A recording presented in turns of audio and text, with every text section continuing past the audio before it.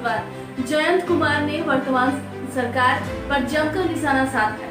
निशाना साधते हुए उन्होंने कहा कि सरकार हर एक मुद्दे पर शुरू से ही विफल रही है। वहीं सरकार की योजना को लूट खसोट की योजना बताते हुए उन्होंने कहा है कि आने वाले चुनाव में बीजेपी की सैनिक कोटे से लड़ेंगे।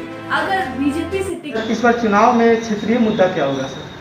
क्षेत्रीय मुद्दा हमारा है यहाँ का पहला तो रोड है, बिजली है, रोड और बिजली, और उसके बाद 7 निश्चय योजना के तहत नल जल योजना, शौचालय की राशि, उर्वरक की आपूर्ति नहीं होती है, जिसमें रोड सबसे प्रथम मुद्दा रोड है। रोड यहाँ का बहुत ही खराब स्थिति में है। रोड पे चलना फिरना बहुत मुश्किल है। रोड में गड्ढा या गड्ढे में रोड है, ये पता नहीं चल पाता है। सर, ऐसे नीतीश कुमार जी कह रहे हैं कि हमारे शासनकाल में रोड और बिजली का अच्छी व्यवस्था है। वो तो कुछ भी कहते रहते हैं। अगर वो कहते रहते हैं तो उन्हें जाके सवाल पूछिए, हमसे सवाल क्यों पूछ रहे हैं? ऐसे शौचालय के लेके आप क्या कहना चाहेंगे? शौचालय के लेके हम क्या कहेंगे? शौचालय तो हर घर में बना हुआ नहीं है, और जो बनाया गया है उसके लिए जो आवेदन पत्र दिया गया था, बहुत से लोगों को मिला नहीं है शौचालय की राशि। इसमें भी धांधली हुई है सर? बहुत ज़्यादा धांधली हुई है। मेरे पास मेरे क्षेत्र में तमाम नागरिक हैं। अगर आप मेरे साथ क्षेत्र में घूमिए तो मैं तमाम नागरिकों से मुखातिब करवा सकता हूं आपको। बहुत ज़्यादा इसमें धांधली हुआ है। 2000 रुपया का डिमांड बहुत ज़्यादा किया गया। जो दिया है उसका पास हुआ है, उसका पैसा मिला है। जो नहीं दिया है, कुछ लोग ऐसे हैं जो नहीं दिए हैं, उनको शौचालय की राशि मिली है। सर, सरकार 7 निश्चय योजना के तहत हर घर नल जल योजना जो दावा कर रही है कि हमने हर एक घर में पानी पहुंचा दिया है, ये सरकार का दावा कितने हद तक सही है? ये बिल्कुल गलत है। ये इन्होंने दावा अपने तरफ से किया है, लेकिन हम भी जनता के प्रतिनिधि हैं। हम भी अपने क्षेत्र में घूमते हैं। हमारे पास भी 4 प्रखंड है, तो हम तकरीबन हर एक गाँवों का दौरा किए हैं।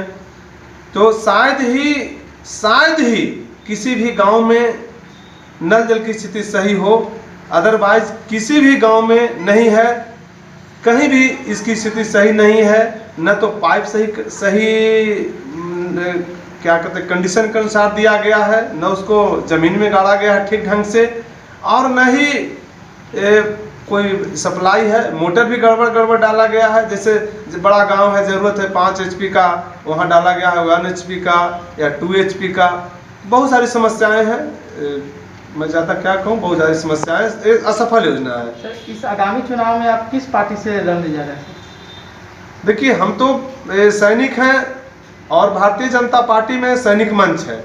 हमने प्रधानमंत्री जी से, गृह मंत्री जी से, प्रदेश राष्ट्रीय अध्यक्ष जी से, भारतीय जनता पार्टी के जो हैं, मैं सभी लोगों के पास अपना मैसेज, अपना सब कुछ दे चुका हूं कि सैनिक मंच से हमें घोसी विधानसभा से टिकट दिया जाए, और मैं यहाँ से प्रतिनिधि के रूप में आना चाहता हूं। अगर भाजपा नहीं सीट दे पाती है तो फिर और दूसरे पार्टी का विकल्प सर? भाजपा नहीं दे पाती है तो वहाँ से कोई दिशा निर्देश मिलेगा, उसके अनुसार कार्य करेंगे। लेकिन कोई दूसरा पार्टी अभी तक नहीं सिलेक्ट किया? नहीं, दूसरी पार्टी को मैं सिलेक्ट अभी तक नहीं किया हूँ। तो फिर चुनाव लड़ना है सर कि नहीं? हाँ, चुनाव तो मेरा लड़ना तय है। मैं चुनाव तो हर हाल में लड़ूंगा। चुनाव लड़ना मेरा तय है। बीजेपी में सैनिक मंच है, और सैनिक मंच से हमें टिकट का मैं दावेदार हूँ। एकमात्र मैं सैनिक प्रत्याशी हूँ। सैनिक के रूप में 2243 विधानसभा सीट हैं, जिसमें एकमात्र मैं सैनिक प्रत्याशी हूँ, और मैं अपना दावा मजबूत रूप से ठोक रखा हूँ कि हम सैनिक हैं, हमें दिया जाए।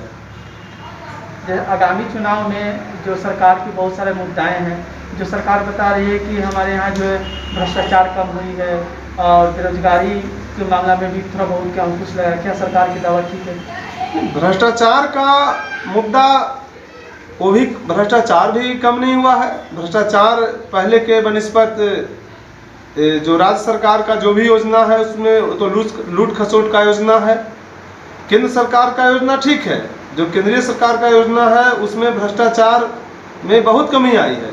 लेकिन जो राज्य सरकार का योजना है, बिहार सरकार का जो योजना है, वो बिल्कुल असफल योजना है।